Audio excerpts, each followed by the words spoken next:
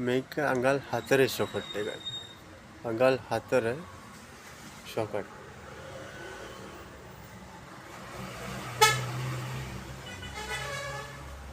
මේක අඟල් 4 සොකට්. මේක මිලි 110.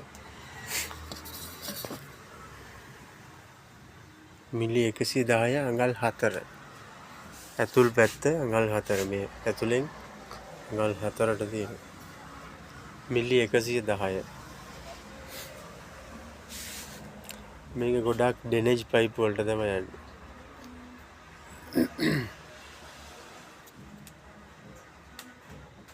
සමහර අයට අඟල් ගානයි මිලි ගානයි දන්නේ නැහැ.